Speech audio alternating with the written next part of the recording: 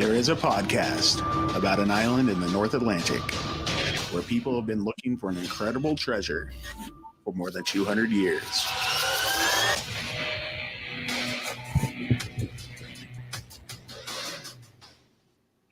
Hello, and welcome back to Could It Be? An Oak Island podcast. We are your hosts, Deidre and Dustin White.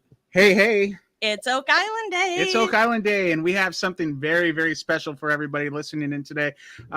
Before we do anything, we have a very special, important guest here. Some co-hosts.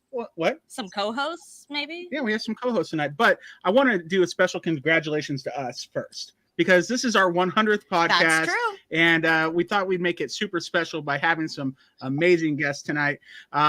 Without further ado, we have Mr. Laird Niven. We have Steve Guptill, Scott Barlow, and Tony Sampson, members of the Fellowship of the Dig, are here. Hello, guys. Welcome to Could It Be? An Oak Island pregame. Hey, guys. Hi there, and congratulations, guys. Thank you. I can't believe we've made it. So we've done like hundreds of live streams, but as far as our podcast feed is concerned, that we put stuff for the masses to listen to, this is number 100. So we're stoked about it. How are you guys feeling about the end of the season of the Curse of Oak Island airing tonight? I guess, because when we last talked to them, they were still finishing up their season on the Isle of Oaks, and but now we're just getting to see the end of your season. How do you feel about that, Scott? I don't watch it, so I couldn't tell you. It's true. Okay, how many of you watch it when it comes on?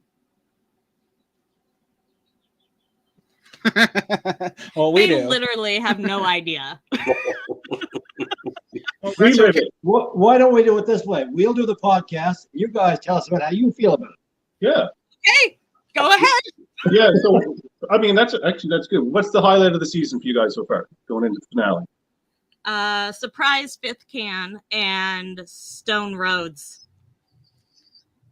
I think for me the highlight of the season is You don't have a highlight? Well, You there's did so not much come to choose prepared. from. No, you know what's crazy? So in this episode we're about to watch tonight, we're finally getting to the muon technology, and that was hinted at before the season even started. And so I think my highlight's coming tonight, where I finally get to see the fruition of that, because that's something I've been anticipating all season long, and it's just been like, well, when's it going to be here? When's it coming? When's it coming? And another thing that is pretty cool and exciting is watching Laird do the scanning on the CT scanner, the new technology over on the island. So It was a lot of fun. Yeah, I noticed Laird kicked Steve out of the makeup trailer and turned it into his own archaeology trailer. The makeup trailer is pretty much non-existent at this point. It's why I wear a hat. No, just back to your point about Laird CT scanner. That machine is unbelievable. Like Laird put something through there, and it was amazing what we saw on the other side. It was unbelievable. It really was. Yeah. Yeah, it's been pretty cool to watch. That's not the only piece of technology. There's also the forgot what's the name of the technology that showed the gold in the archaeology. XRF, that one. Yes, that's pretty cool to see too. I mean, that's new this season. Yep. So, all right. We do have a bunch of questions cultivated, and I'm sure people are going to be asking in the chat throughout our hangout session here. As a heads up, you're going to have to navigate that because I cannot see it. Well, you got it. Okay. All right. So, first question is for Scott Barlow. All right. It says, this is from Connie L. from Texas. She says, I've wondered for a while what duties a project manager is in charge of. For example, do you schedule equipment deliveries or assign people tasks? Thanks for all you do. Yes to both of those, as well as a list longer than my arm. Yeah. Ask him what he doesn't do. What don't you do, Scott? There isn't an answer for that. You stay busy all the time. That's the I get a lot of I'll put it lightly, foolish messages and stuff like that, asking things like that. What do you do? and I'd like them just to follow in my footsteps someday, just so they could see. I'm not going to sit here and blow my horn about what I do, but there's enough there to keep me busy by all means. Do you wear like a pedometer and keep track of your steps every day? Because I bet it's. I did it first until I started smoking. Is that the smoke signals we saw coming up from the island? That makes sense. He keeps the island running, is what he does. Keeping us on track would be a full-time job on top of the other 100 things that he does. I mean, think of it. We have 3 or 4 projects in the go at all times. Scott organizes most of the equipment, most of the pumps, the people who are going to work on those projects. I mean, we are assigned. Go ahead, sorry. I fill whatever position need be. If a driller gets hurt, I'm on the drill rig. If we need a hole dug and Billy somewhere, I'll be in the excavator. I can be in the office contacting vendors, getting quotes. I deal with money. I deal with a lot of the stuff. So basically whatever happens on that island that has to do with us, I'm involved in a lot of that. Does the film crew ever slow you down? Who was that? He's gonna deflect that answer. I can 100% say that. But I'll just go to say that a good or bad, like a project manager, can make or break any team, right? I mean, Scott is more or less your boots on the ground and who is driving the helm here. So clearly he does a good job if he keeps coming back, or at least they keep asking him back and he agrees, So, but that leads into a really special holiday coming up, actually. Ooh, there is. That's right. Do you know what's on May 12th? Scott Barlow Appreciation Day. Steve hasn't marked on his calendar. He's going to be the project manager for that day. Steve will be leading the charge on appreciating Scott Barlow. He has now been dubbed. So how are you guys going to celebrate Scott Barlow Appreciation Day? I'll answer my phone if he calls me. Okay, try that again. I'll answer my phone if he calls me. That's Some people don't do that. So Scott calls me a lot. Sometimes I can't always get to my phone. Sometimes. I'm sure we'll take him out To Arby's? if he wants to go. It's like a birthday, right? You go where he wants. Where do you want to go, Scott? This is your time. This is your moment. Home. Something more expensive? I mean, the guys have to treat you. What? Okay. But seriously, it's going to be Scott Barlow Appreciation Day, May 12th. Send Scott lots of hearts, lots of love. One thing you'll notice this year on the show, I've been asking before to change it. Anyways, I finally got my request acknowledged. Is they put me as Oak Island Tours project manager. And as you guys know, Oak Island Tours was the official name of the company who owns the island and whatnot. To most people, they don't know that. They think that I'm in charge of tours on the island. So when it come time for tours to start, I get like 1,000 messages from people wanting tickets. But you do everything, Scott. But that. Oh, dang. I was going to leverage for like a Scott Barlow tour. Let's see here. What else? That would be fun. Mm-hmm. Like we have people in the chat that recognize project managers make it all happen. Yep. All right. So Chrissy Hardeman in the chat says that she wants a zip line on Oak Island. That sounds like fun. Just put it on Scott Barlow's list. Part of your because after you guys find the treasure, it has to be turned into some sort of amusement park, right? Obviously. Bungee jumping down 10X.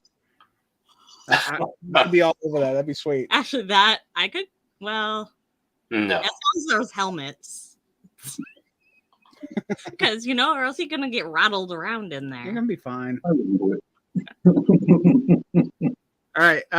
Well, I have a question for Tony. Tony, you were out on some adventures with Maddie Blake this year, doing stuff for Beyond Oak Island.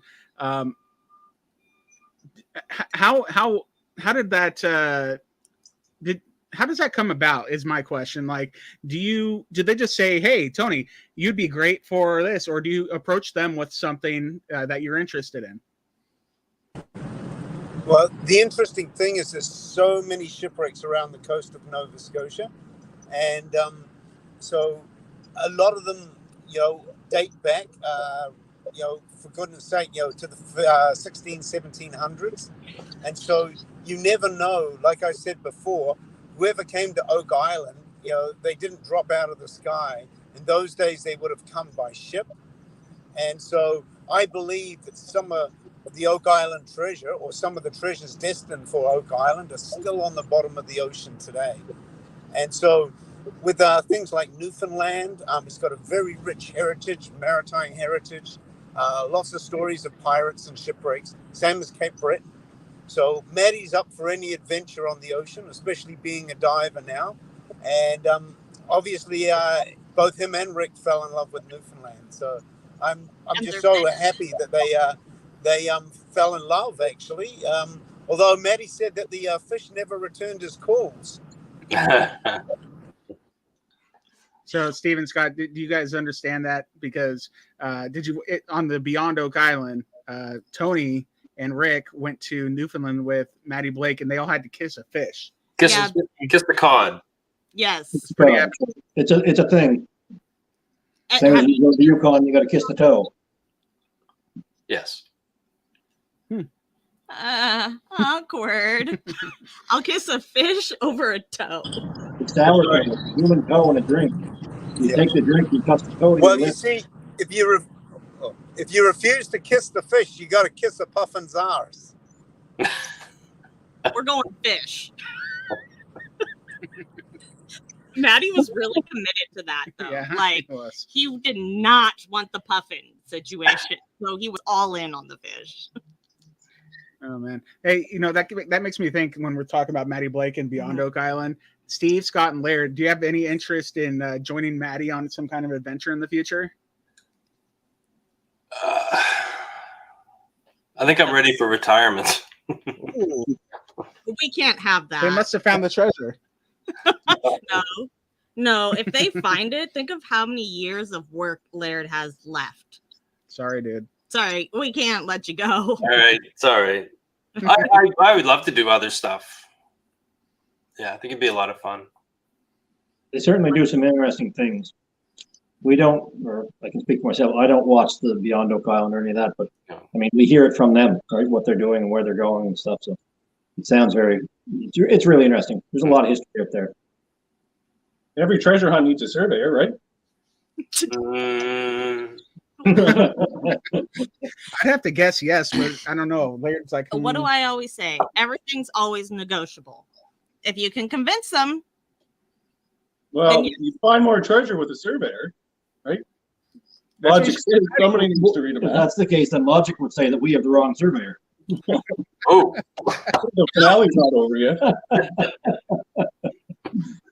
Boom. I mean, I'll step in because I'm officially not, but whatever.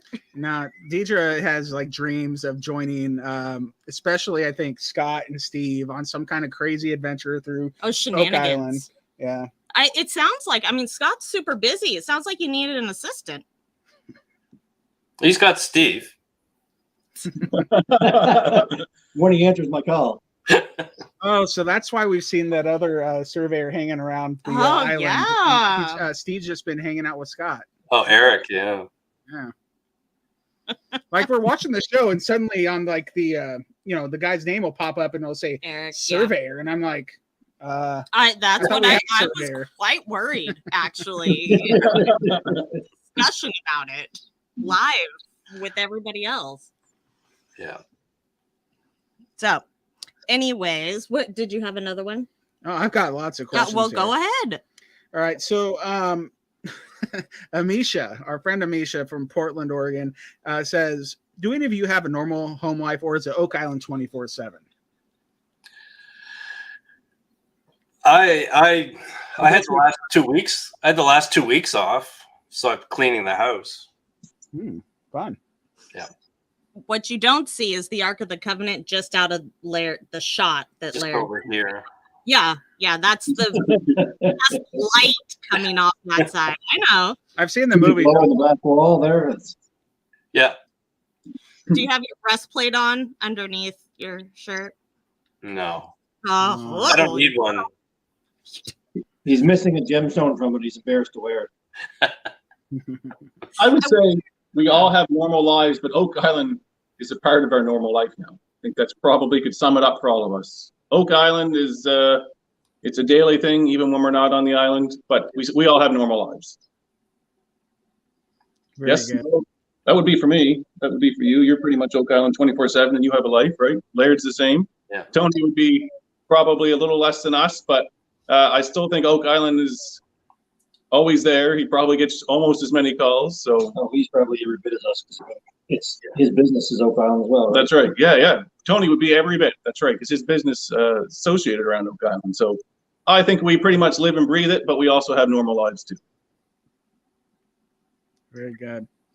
All right. So our friend Mary Molsky, she has a question for Laird. It's this question says, so when you use the CT scanner, how long does it take to get a picture of something like the firing piece that Gary and Marty found? How long is the process of using that thing? Like when you push start. So the initial, you do kind of a setup scan, which is the X-ray.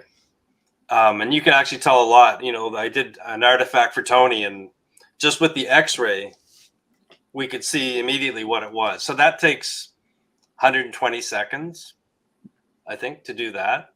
That's very exact. And then you set up the rest of the scan. The rest of the scan can take from 10 minutes to an hour and a half. It can go a lot longer, but we haven't actually done that successfully. And then you have detail. It shows such amazing detail. Well, it basically cuts the thing in these minute slices like this, and then recreates it. And then you can cut through it. You can manipulate it. It's really amazing. And then even create a 3D model as well using it. Very cool. You said Laird's done some great work with that too, and it's generated quite a bit of interest so far from outside places, you know, they're contacting us now, wanting to know if we can help.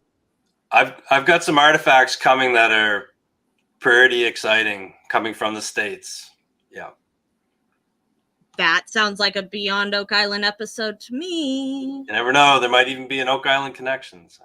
Ooh. Oh, snap. You're always about them teasers, Laird. I mean, actually, I'll bring that up. So when we did pregame with you before the season premiere, you told us there was a even more significant footwear find this year. We saw it. Yeah, and we saw it. And with the boot. FDR's boot. And Dustin guessed it was Roman. I guessed that it was Dave's shoe. She was closer. Predate Dave. Well, I guessed Roman, so she's a little bit closer. Yeah. That was an interesting find, huh? Yeah. Doug, I think, actually did most of the research on Doug or Paul? Paul was all about finding the brand or something. Yeah. They both research on that. Both would work on it. Yeah. I just saw it as a rubber boot. Yeah, it was old though, so it's cool. I mean, it's interesting. Mm-hmm. The Kaufman Company. Yeah. I don't know the date off the top of my head, but FDR area. Okay, FDR plus Kaufman, I believe. Yeah. So, one of our friends, Boki asks, do you ever just toss a coin into a random hole and make a wish? Random borehole. They did. They totally did. I saw that. Well, we know that Marty did. Yeah. Oh, How man. many toonies are in the money pit just slushing around in the solution channel? That's funny. All right. Oh, okay, I'm good. Go I ahead. will comment on a little ritual that happens with every hole that we drill. Our drillers are very conscious of what they're doing and of the environment, and they kind of have a little ritual. So every time they drill a hole, when they're pulling out of the hole, they'll always take some rocks and throw back down the hole just to give back. That's a very nice tradition. It's a good omen. Cool. It's a great omen. I will agree. I mean, that's a nice little ritual. Learned a lot. I bet you there's a toonie in there once in a while. A rock, a toonie, maybe a little note. No, they'd never do a toonie. It has to be a rock. It has to be Mother Earth, giving back to Mother Earth. Okay, that's fair. It's probably all the things that Steve found on the wash table then. That were rejects. All the rocks. That's just what he found. That was more significant than what Laird gave it credit for. What? He's talking It was a couple years ago when I found what I called the bookbinding. Did that aired, right? Well, yeah. Yeah. Well, Laird busted my bubble, but it turned out to be quite an old piece of leather, 1500s. I mean, I think Laird was still right. I think it was shoe or glove, but whatever. At the point in time, I had the whole island flipped upside down because I told everybody I found the Ark of the Covenant, or at least a piece of the page. King James Bible. I can tell you, until Laird bursted the bubble, I had excitement around that island for 20 minutes. That's why they hate me. Yeah, who gave you the nickname Negative Niven? I forgot about Jack. Jack. Yeah. Yeah, well, when you're that happy all the time, anybody that brings you down a little bit, that's, brand that person, I think. Gonna brand him with a Guptill guarantee. He's negative. Jack's like bouncing off the walls. He's like a gummy bear. Yeah, I was working on a Negative Niven design. Were you? That said it's a rock, but I haven't got that far yet. There's great bumper stickers out there that I'm pretty sure they say blame Laird. You can buy a pack of 12 for $12. Probably the best investment you could get. We should all have one on the island. Just blame Laird. How many did you buy? I've yet to buy a pack, but I'm just reminding myself I probably should for all of us. Laird Hamilton. Yeah. He's probably got like a box coming. I mean, you knew the exact price. I'm not gonna lie. That's telling. That's really funny. I'll take 2, please. All right. So, hey, I had a question from Jacqueline, our friend Jacky, for Laird, and she says, "You doing anything with your volunteer work with elephants that you had done a couple years ago? You doing any continuing work with them? I know you're not. It's hard to get to Thailand, probably, but yeah, no, we did Thailand. We've adopted elephants in Africa. Oh, cool! And it's our 40th anniversary next month, and we were supposed to go to Paris, but that COVID kind of canceled that. So I'm hoping next year we'll go to Africa so we can go visit the 2 adopted elephants in the sanctuary where they are. Very cool. You think they'll recognize you from your picture? Pardon me? You think they'll recognize you from your picture? Oh, they're pretty smart. That's why I asked. Yeah, they never forget. So. Do you FaceTime with them? He probably has a little picture on his desk of his elephants. All right. So in the chat, our friend Dana Sanderson, she asks, all caps, Steve, let's see your Guptill guarantee stamp. Okay, this is my fault because I've been harping about it all year long for these people to keep an eye out for this amazing stamp that I sent. And it hasn't shown up on a single map. I'm not going to lie, I'm a little disappointed. I have stamped some and sent them out to Terry. They just must not make it to TV. Gosh. I'll try. If I had it on me here, I would pull it, but it's in my office. So unfortunately, I don't have it here. I would show it. But I mean, I have it. I use it. I don't pull out the saying quite as much as I used to, though. We have Negative Niven up there who burst my bubble enough, so I just stopped with the Guptill guarantees. Oh, you don't have to say it so much when you just stamp it. Yeah, and then if Laird doesn't agree, he can come in with his negative Niven next to you and says it's a rock. I better get on that, I guess. We've had that before. Yeah. I'm pretty sure I found a jewel at one point in time, and it turned out to be a shiny rock. So that was a couple years ago as well. You know, jewels are shiny rocks, technically. It wasn't a jewel. It was a rock. Yeah. It's the piece missing off the breastplate. That's right. Tony, how busy have you been this season? You said that like tourism's really picked up again. Are you doing like He froze. Hold on. We have to swap out a Tony. Oh, wait. It's The second I asked. yeah, okay, there he is. Tony, how busy have you been? The bookings for this year have been insane, Deirdre. It's unbelievable. More so than 2019. And so we're seeing cruise ships coming this year. Lots of people coming from the States and Europe. So I'm going to have probably 4, maybe 5 boats running and 5 skippers this year. that's a lot. Wow. That's awesome. I am just dying to come and take your tour someday, Tony. We'll try to figure out a way to get there. We have ASAP because well, yeah, it's just something we've been okay. So the pandemic hit. We had everything purchased. We had tickets to come see you. We had tickets to go on the tours and everything, and then it just all went. So sad. But we just need to make a trip just to see Tony, I guess. Well, you know what? Maybe we'll have a special Oak Island day on the boat. We'll get Laird and Scott and Steve and a couple of the lads. Maybe a couple of beers or a wine for you as well, Deirdre. We're gonna drink till we see the teaser, Tony. Don't forget. Yep. Well, I think Dave Blankenship's in it. And what about you guys? Scott, Laird, Steve, you ever seen the teaser? I've never seen it. Just the one down the road here. That's it. The storm. Then you're not drinking. We have our own fiery ship at home. The ghost ship in the Northumberland. Haven't seen you out on the boat a lot, Scott. You said you had a to-go boat when we talked to you at the beginning of the season because you were all James Bond and ready to go.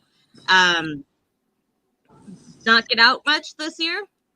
Or are you just not sharing it with the rest of the world? Too cold yet this year. You mean last year? Yeah, that's what I meant. Yeah, it's still cold here. I was out last year quite a bit though. You don't show that on TV.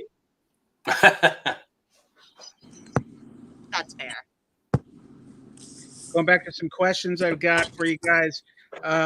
Let's see. Okay, we have a question for Steve from our friend Lorraine. And it says, "Are there what are you laughing about?" I just laugh because there's always so many Steve questions. Well, people want to know what's people up with need Steve, to know things. I guess, yeah. All right. So, are there any other areas of the island that you've surveyed that we haven't seen on TV that are promising areas to search in that you feel should be looked in more detail?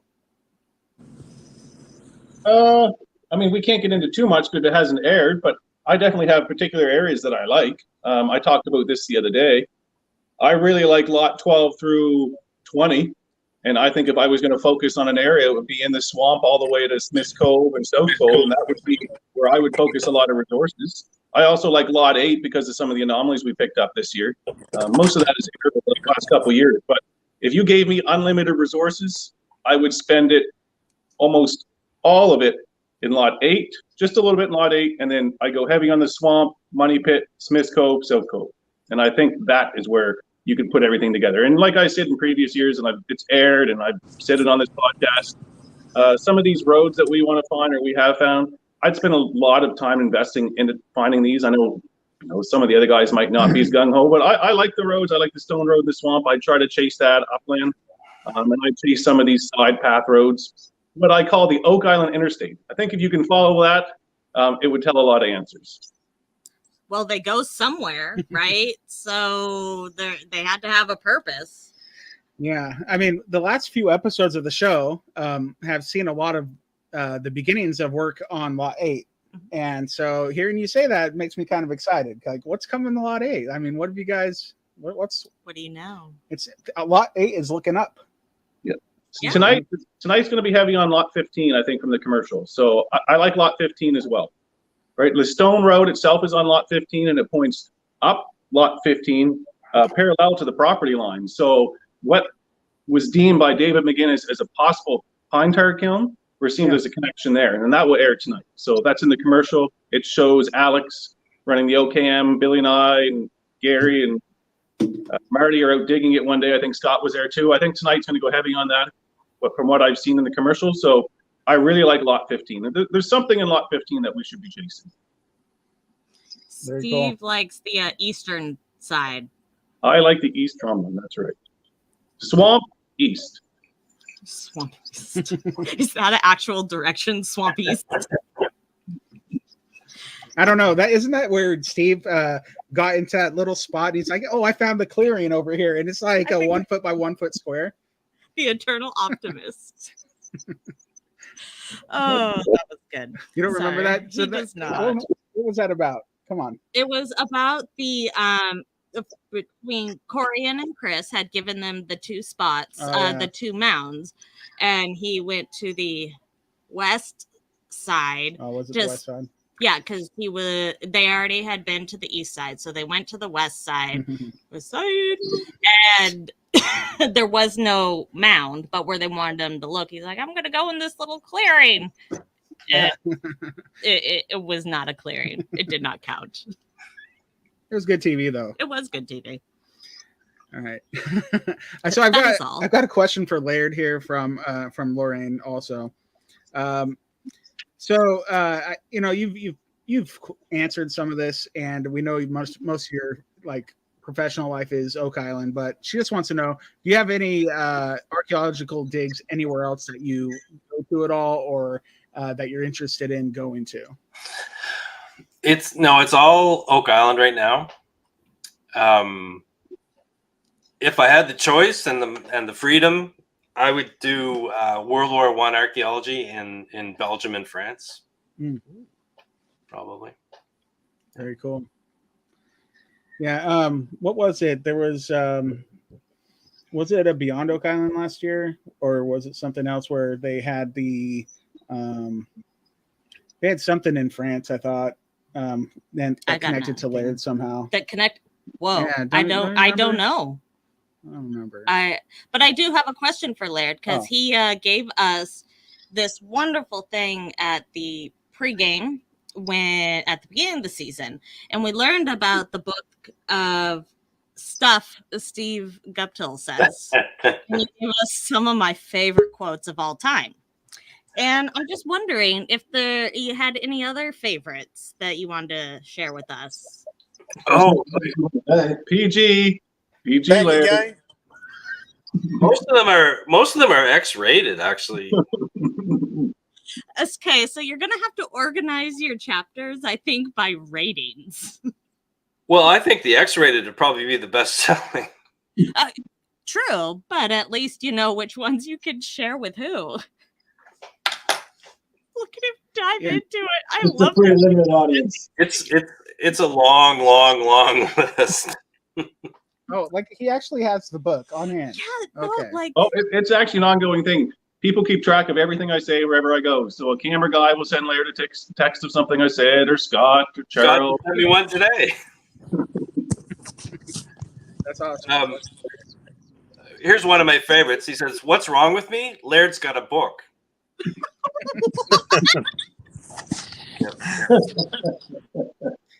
Jesus had to sprinkle something on my family, and he gave it to me. Oh, that's a bad one. He's not as dumb as we give him credit for. Circumstances around some of these are pretty unique too. So. I mean, it goes on and on. Oh my gosh! I believe it. If you want to fund the rest of the dig, I feel like you could just do it on sales of this book alone. Talk with the Walmart story. I think so. And we get Jack to Jack will illustrate it. So here's one that we were going to give to Laird, but it didn't come out of Steve's mouth, so it didn't make the cut. But Charles was in today. See us. and he was in Walmart. And this woman comes up to him and starts talking to him, and how she loves the show and all this stuff. So she's saying they're talking to Charles, and people are walking by and they're hearing this, so they kind of slow down and see what's going on. And she says, "And that surveyor," she says, "Steve," she says, I love the sound of his voice. He's like audible chocolate. He's audible what? Audible chocolate. I was gonna say, did I just hear that right? Audible Yeah. chocolate. You guys used that in a messenger earlier, and I didn't understand what it meant. This is perfect because we also got the Steve Guptill quote of "I have a very romantic voice in my head" earlier. Yeah. So she agrees. Now we have proof of one fan who agrees. I have very quick hands like a cat. I use that one a lot, actually. Yeah. That's funny. Anyway, Okay. I'll leave it there, Steve. Thank you. That just made my night. Yeah, I think whoever's up for it, you guys should like go on a tour, like go to comedy clubs and just talk about whatever, because people do that, like celebrities. These guys are celebrities, whether you guys want to be or not. You are, and you have millions of people watching you every week, so there would be a demand for it. Like, let's say you're someplace, some comedy club in Halifax. We'll take 2 tickets. We'll come watch that. Who wouldn't? Steve? I mean, I would. I love an audience. I need to write that one book. down. I love an audience. I love an audience. Oh no, seriously. I love public speaking, because let's say there's a 100 or 200 or 300. How many other people are in the audience? They are sitting there and they have to listen to me talk. I mean, it's perfect. Like, they're forced to sit there and listen to me talk unless they have to go to the washroom. But I love an audience. So anytime you want to pay to listen to me talk, I will take your money. That's why you don't like Scott, because he'll just walk away. Actually, it's quite the Don't opposite. you have one of those 0900 chat rooms, Steve?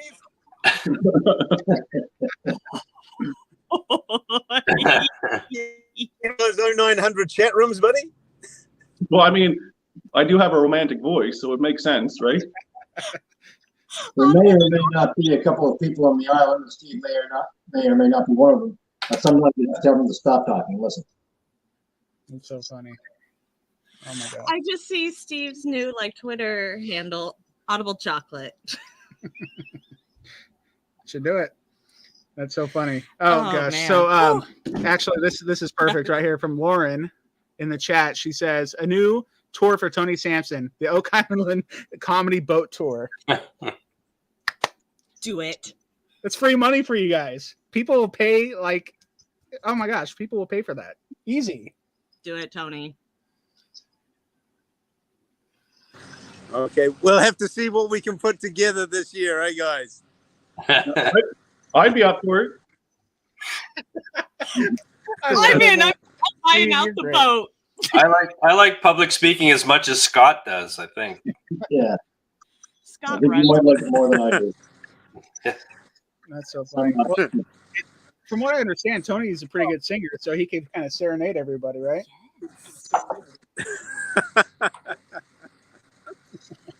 The comedy show and karaoke on a That boat. must be.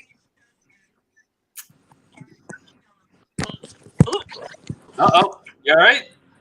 Man, He's got it. falling, he can't get up. Yep, we're all good here. What did you say about that, No, Tony? I haven't even had a beer yet. I don't believe you. What's that, man?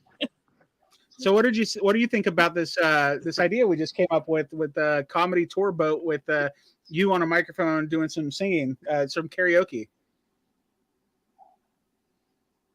Yeah, anything is possible. I mean, I think if we fed Laird a couple of decent scotches, he might break into a good verse of something or other there too.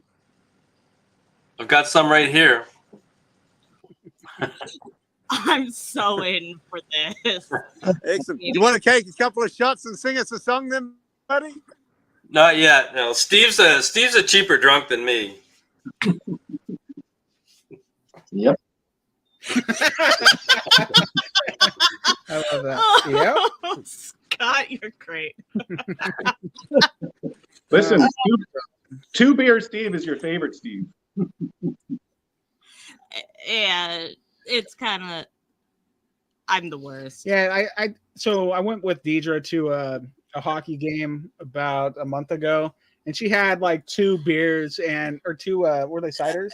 Tiffany took me for ciders. Yeah, well, and then she was like plastered immediately. I was just like, oh my gosh. I hadn't been out in a while. Okay. I guess not. They were very delicious and they were heavy pours. Yeah. But it was a good time. There was some singing involved. Who won? Oh, it was minor league hockey. It wasn't. Oh, okay. It's still a winner. Oh, it was Portland Winterhawks. They won. Yeah, it was. That's not minor league. Battle. So. Well, what is it? It's still professional hockey, right? Yeah. Yeah. It was fun. Yeah, it was fun. It was Our good. friends had. It was a high-scoring game. I think they scored like 8 goals. Yeah, lots of fights, all the good stuff. When it's Seattle versus Portland, it gets pretty gnarly, just like it does in soccer. So good stuff. And the cider was good. What? Oh, I'm just saying, your turn. Oh, you were pointing to my drink. I was pointing to your phone. Well, so Deidre's already getting a little tipsy here with all of us, y'all. I am not. I'm just weird. Hey, Laird, you're doing some kind of charity work, and with your trowels getting presented to a winner of a raffle. Is that right? Yeah, that's right. Yeah, that's part of it. Was started by Eric Valois, so he's the other surveyor. Gotcha.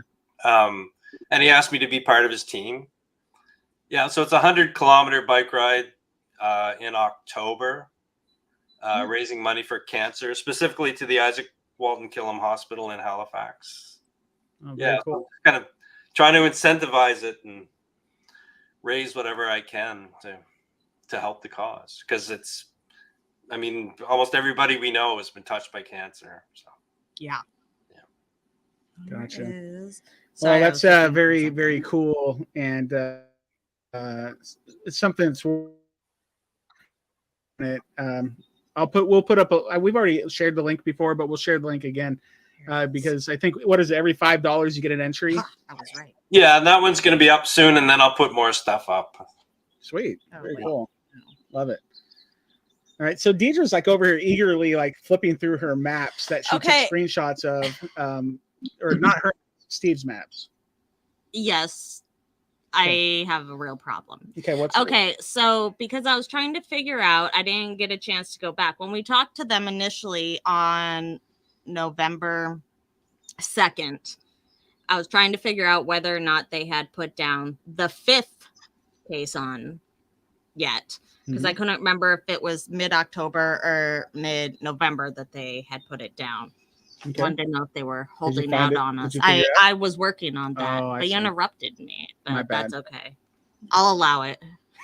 Thanks. You're welcome.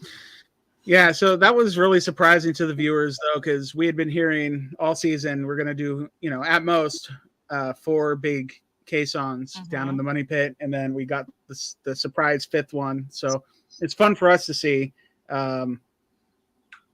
Yeah, that looks like it went down. Well, they selected it on November 15th. Okay. So, there you go. So I'm not upset. Yeah, so not they hadn't told started me on anything. it yet when they talked to us. So That's true. That's true. Long season. Could you say that with more excitement? Oh. Is Tony back? We keep losing poor Tony. Yeah, the reception's not super hot, I guess. If he is where I think he is, it's kind of a dead spot. So, Aw, let's see here. Yeah, because that was okay. What else do I got? Okay, I'm going back to my question. Oh, sorry. Carry on. Sorry, I thought she had something like. No, I didn't have anything My important. bad. I was researching on the fly. My bad. Okay, so our one of our listeners, Mary McMahon. Can you add Tony back? Is he back? Yeah, he's cool. Mary McMahon asks, if you could have a conversation with one past searcher, who would it be and what would you ask him? That's for everybody. Well, I would obviously want to speak to Samuel Ball. He wasn't technically a searcher. Well, now that's not true. Yeah. He was listed in the first newspaper article. You know what? For me, it would probably be McGuinness, Vaughan, and Smith. The original 3. Okay, yeah. Just see where it was. Yeah.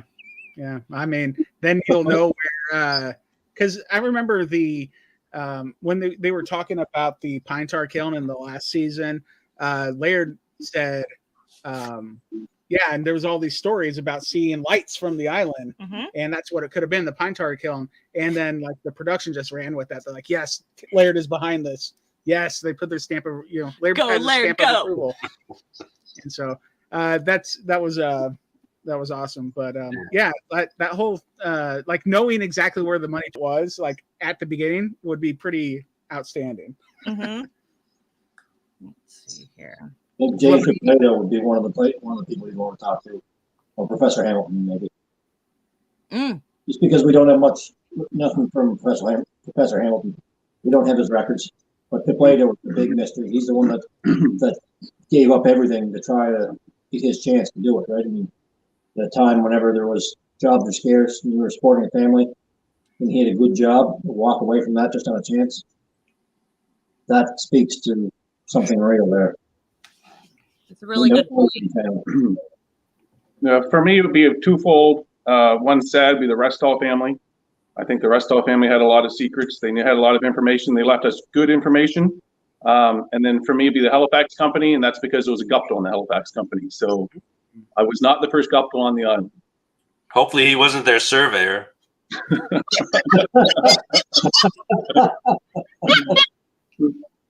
Burn. No, listen, this is life in the research center. We have a great time. You look like you're having a great time as they're dishing it. Listen, they tease me all I want. The second they take me off is when I stop doing work, and then it causes them to fall behind. Ooh, does that stand true? No, this is great. This is what the research center is. We fill out the book. We make fun of each other. If we're not making fun of each other, we're not liking each other. If I'm not picking on you, I don't like you. It's all about the brotherly love, huh? Right. Write that down, Laird. If I'm not picking on you, I don't like you. Probably already in there. That's really I'm on it. Thank you. Yeah, you made sure something got put in the book of Guptill. All right, cool. Even though the stamp never made it. Maybe the stamp will be on the cover. The stamp will be on the cover. There you go. You got to let Laird design his own cover. That's okay, true. Calm down. Okay, it'll be on the back cover. All right. Well, we need to start wrapping up because we are 10 minutes from the Maddie Blake special. The Maddie Blake special drilling down, and then after that's over, we're going into the season finale of the Curse of Oak Island that we're so excited about. Yep. And before we go, just want to say anything else you guys want to say about what we're about to see at the end of the season, or anything that I don't know, just anything at all. Go for it. I think the point I would make is that, there are a lot of detractors about what we're doing, especially in my line of work. There are a lot of detractors, but what I'd like them to know is how much we do behind the scenes, and how we get people like Craig will call you on a Sunday afternoon with a technical question. So it's not just us; it's the owners who are still carrying on this search when the cameras are gone. I think we don't get enough credit for how sincere the work is and how much work goes into it that you don't see. I would agree with Laird. People seem to think that the only thing they see on TV is all we do. So we do 45 minutes work a week. Kevin Burns said it best. If I'm going to follow up, Kevin Burns said, you see 1% of what we do. Yeah, that's probably the truth. You see about 1% of what is actually done. We hear every theory. We've tried a lot of things that we hear. Why didn't you try this? Why didn't you try that? We've tried that. I like the other thing that he said better. What's that? Short of a trip to the Archaeology, so I want everything filmed on that island. Yep. And they do. They film everything we do. And so if you think about it, they film, say, 10 to 12 hours with the footage a day. You've got 3 crews, right? Maybe one in the swamp, one in the money pit, one somewhere else, maybe following Gary. That's a lot of footage. If there's people that don't get credit for what's done, it's the people that make the show. The camera guys on our show, like, they'll talk about other shoots that they do, and they're relatively short spurts, and then they get a break while they change, their sets, or they move to a different room of a house or whatever they're doing. These guys are out there and they hold the cameras all day, and they're in every condition, and they are on their knees, they're on their butt, they're climbing over top of things, they're in the most awkward positions you can imagine. They're still holding that camera. And the audio guys are sitting out in the rain, keeping everything in tune. They all work so hard, and like I say, it's something to see. And without being on seeing a show and how it's made, people don't realize that. I mean, like, think of it. When we're in the swamp, a couple of years ago, we were in the swamp a lot. We'd have waders on. We'd be wading around the swamp. We're in the swamp. They're in the swamp. They have waders on. They just have a camera on their shoulder. Yeah. So. And they're trying to keep the equipment dry at the same time, and it's incredible. And frame up the shot, right? You do anything for the shot. Yeah, plain and simple. They do. Yeah, I totally agree with Steve there. Like, I've been swimming around in the swamp there, especially in the spring. It's freezing cold, and AJ's been in the water with the camera with me. It's been absolutely like, it's exactly what Steve and Scott said. They really do go above and beyond. Yeah. Well, they make a phenomenal TV show, or else millions of people around the world would not tune in every week like we do. Mm-hmm. I mean, we love it, obviously, and all the people in our chat and all of our listeners, they go the extra mile to try to get even more content out of Oak Island that may or may not be worth anything, but we think it is. My ramblings aren't worth that much. They're fun. You're fun.